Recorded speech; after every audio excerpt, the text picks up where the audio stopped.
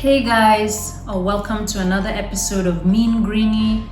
I am Monica, your host, and today I'm excited about the topic I'm going to speak to you about.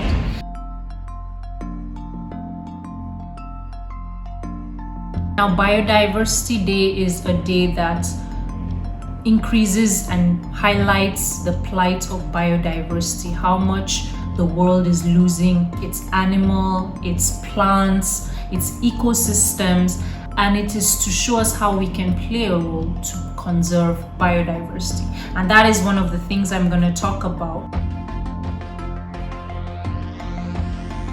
As some of you all may know, I got more environmentally conscious because of my work with animals, my work with wildlife populations, understanding their nature, their plight. It made me more look towards climate change, that is a major factor for biodiversity loss.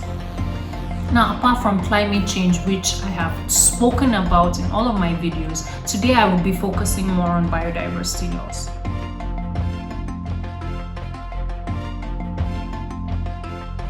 The first is deforestation. Now, biodiversity, wildlife, plants, they all need their natural habitats.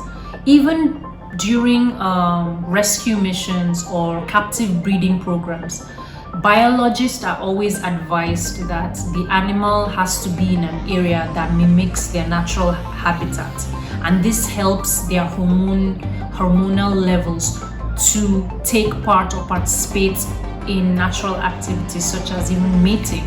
I know in one of the jobs I did for over a year, I was in charge of captively breeding these endemic species of India, the rusty spotted cat, and I know how plant enrichments were important for their hormonal stress levels.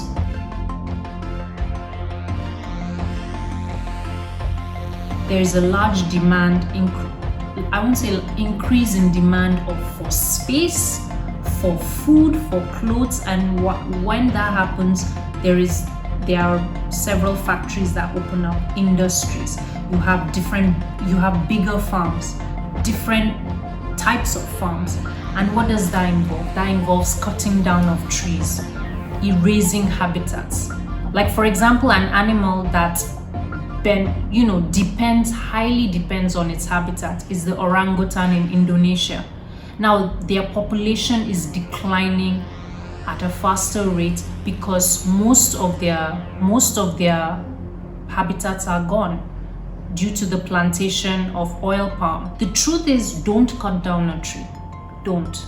Because I've said it in my past videos, the amount of carbon it's stored, what it means to other animals, other plant species, what it means to us in terms of food, providing food, medicine.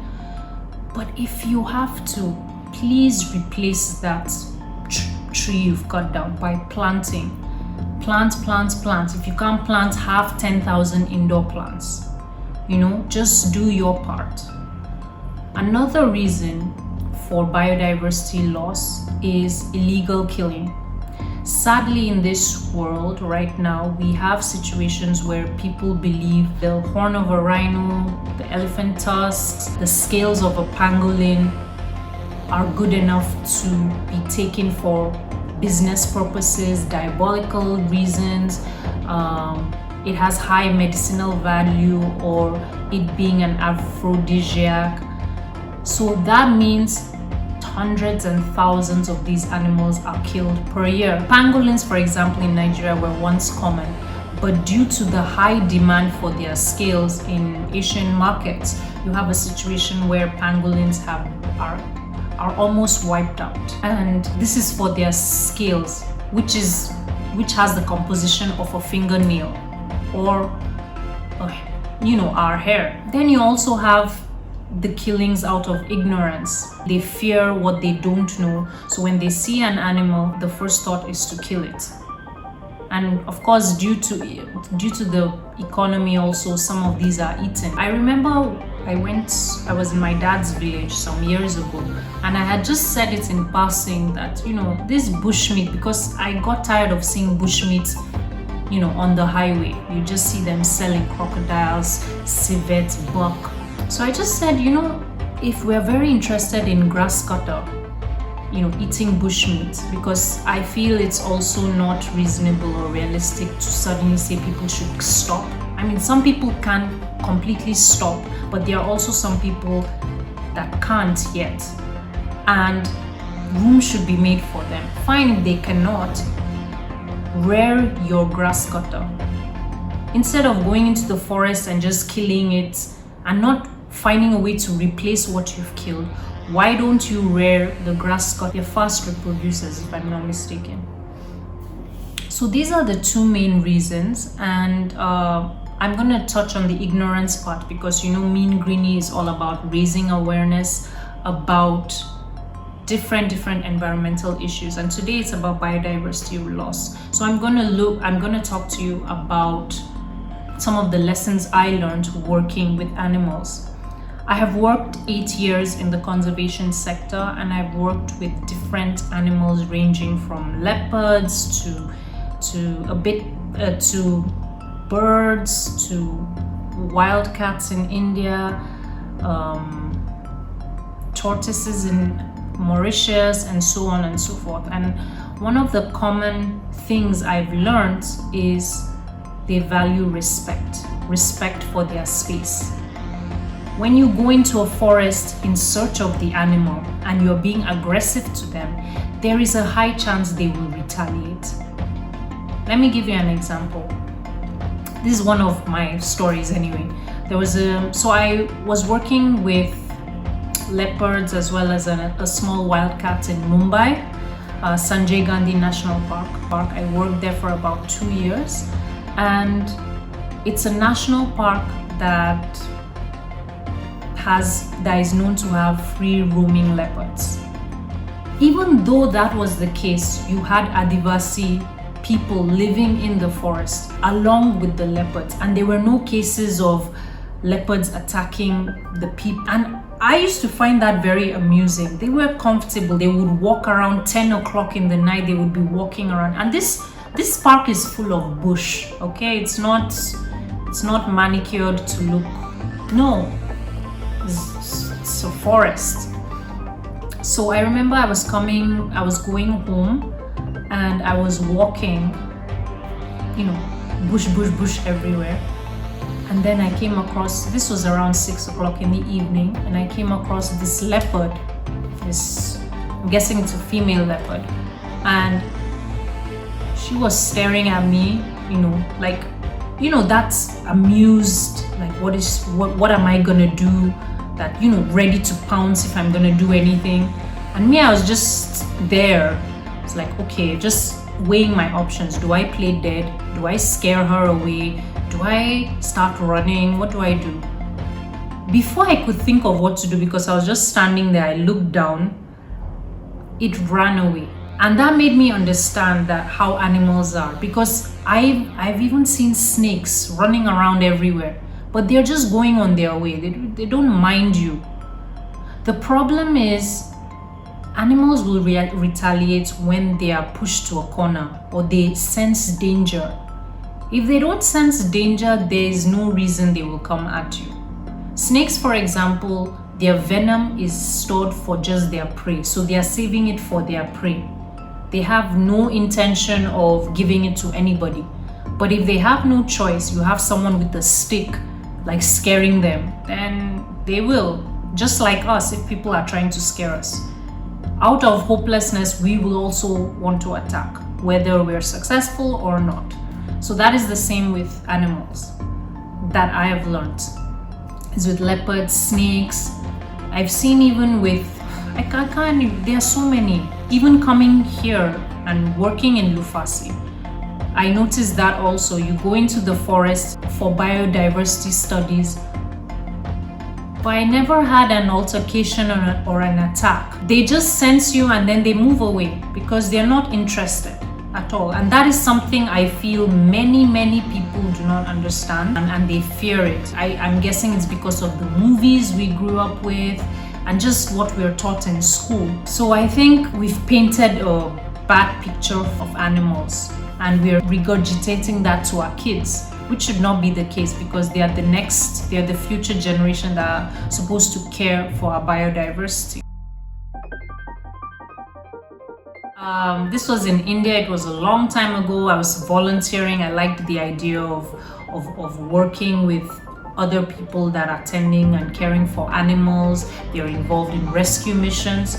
So I was working with this organization, and they are in charge of rescue mission, vet services, you name it.